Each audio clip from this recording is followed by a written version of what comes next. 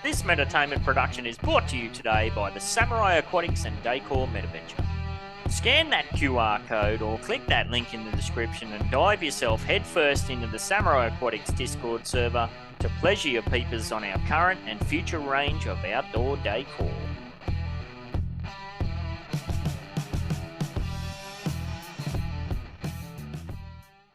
The Whine and Cheese show is a Metaverse and NFT discussion and interview series brought to you by Metaverse Ventures Entertainment and host BEN68 and Morecheese. Warning: the information and opinions within are solely the views of the individuals involved and contains content not suitable for anyone. One is a wanker, one's slinging stunts, one's from Australia, one's from the Bronx. Snack size. Hong Kong University of Science and Technology to build Metaverse campus. Now, just off the bat, straight away, I've been talking to my kids, especially Keanu, as you would know if you've been watching the show. He's a fiend for technology and that sort of thing. And Cheese and I have been talking about maybe getting him back on to give us the lowdown on what the hell's going on with the Roblox, because he's all about the Roblox at the moment.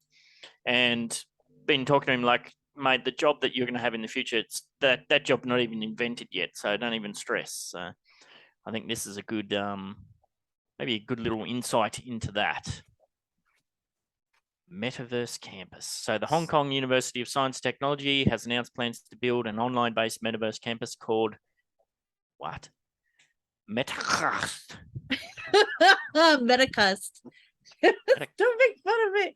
The institution will take its first step towards this goal by building a mixed virtual reality classroom that will allow students from other latitudes to attend classes like they were in the same space. So like instead of looking at a Zoom call like we're doing, this would be, you know, kind of putting on your glasses or your goggles and like, you know, actually walking into a classroom, which is sounds that's cool. really cool. I did 2 degrees at 2 universities as undergrad, like, and that was way back in the day where you had to get up at stupid AM and drive and go in for a 1-hour lecture and do all that boring stuff. And then when I did my postgrad, it was all online. And then when I went back and did my master's, that was fully online. Everything was online. So yeah, this is the next step. That's cool. Yeah. So you that probably end up getting pretty good attendance that way too. exactly, because it's new, it's fun. Yeah, I wonder how that's going to work, because my biggest thing, especially when I did my master's, was I don't got time to sit there listening to 8 3-hour lectures every week. So this is how I got used to listening to everything at 3x speed, because I didn't want to sit through boring lectures. So yeah, I wonder if they're gonna have like, because you know China's so technological, like if it's gonna be like full body or just your face or whatnot, like they could see your hands moving. So if somebody like decides to pick their nose, everybody will see you picking your nose. Electric shock, wow. I was going to say something then, but I won't. All right, let's move on. Institutions are finding more functions and applications for metaverse spaces, and they are slowly integrating these technologies into their everyday processes. Yada, yada, yada. Planning to create a joint metaverse that will integrate both of its campus locations as if they were one. Oh, that's cool, because I know the university that I attended for my master's was in Brisbane, and they had multiple campuses there. I visited them once, but yeah, it'd be cool. I know the students that had to be on campus, they were forever getting shuttle buses backwards and forwards. Like, what a pain in the butt that'd be. Yeah. Oh, that's cool. Yeah, or like people who need to work. Like I used to work during the day and go to college at night. It would have been awesome if I could just go home and just put my thing on and attend it virtually. Absolutely. The institution explained the benefits that metaverse-based classrooms and campuses can offer when compared to a more traditional remote classroom setup that consists of using video conference tools like Zoom. Huey stated that metaverse environments offer more interaction for students that can feel as if they were attending lessons in the real world, he explained. Using Zoom feels like you're just looking at a 2D screen. Yeah, Zoom sucks. We use Zoom, but it's...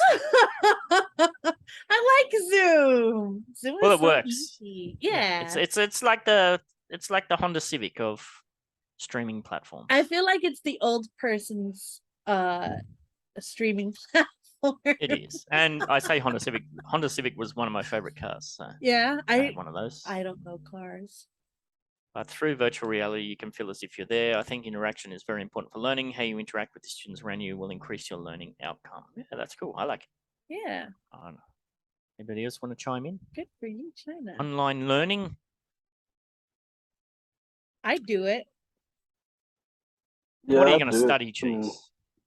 I graduated in business management. I would love to get like a online business management sort of update.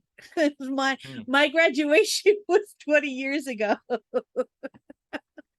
You old. The first fart, place- you. Yeah, The first so place my gross. brain goes when looking at this is sort of the implications for the universities. Because it's probably different in your neck of the woods, Ben, or in China, but in the U.S., room and board and all these facility fees make up a huge like bill for the students, and so that if universities start transitioning to this sort of virtual model, it's going to be hard for them to sustain the revenue that they're used to. So I wonder how they're going to adopt it or not. They'd probably make tuition more. They would have to adapt and evolve. Like everybody's gonna have to adapt and evolve due to virtual reality and the metaverse. Even corporations and video gaming that said they'd never do it, they're gonna have to do it. Yeah, It's not even about going from like cleaner energy. It's about this is something that everybody is gonna do. Well, I don't know what it's like in the States, but universities in Australia are already struggling with lower enrollment rates because the carrot to get a university degree is not what it is now. Like if I look at people my age who instead of going to university for 10 years, like I stupidly did, they went and got a trade. If they're a tradesman or some kind, they're earning 10x the money I am. Yeah, and like, for example, I was the only one in my family to get a degree, and I got Same. all my cousins and my brother in without degrees. So like I had to suffer to get them in. It's about who you know nowadays, or all the time for all of time. It's not about what you know anymore. So, they'll have to deal with it. Surprisingly, like I know at the University of Arkansas, this year's freshman class was the largest enrollment ever. Coming off of COVID and everybody distancing, I thought that was kind of surprising. Absolutely. Yeah, well, it's definitely interesting. It's definitely the way things are headed. So we'll just have to wait and see. Now we're going to. Fire, samurai, ride on the dingo, flying through the sky. Cheese in the house, get off the drive. Hit you with the hairbrush, hit you with the knife. You let fire, samurai, ride on the dingo, flying through the sky. Hit you with the knife. Flying through the sky, you let fire, samurai, riding on a dingo, flying through the sky. Cheese in the house, get off the drive. Hit you with the hairbrush, hit you with the knife. You let fire, samurai, riding on a dingo, flying through the sky. Hit you with the knife, flying through the sky.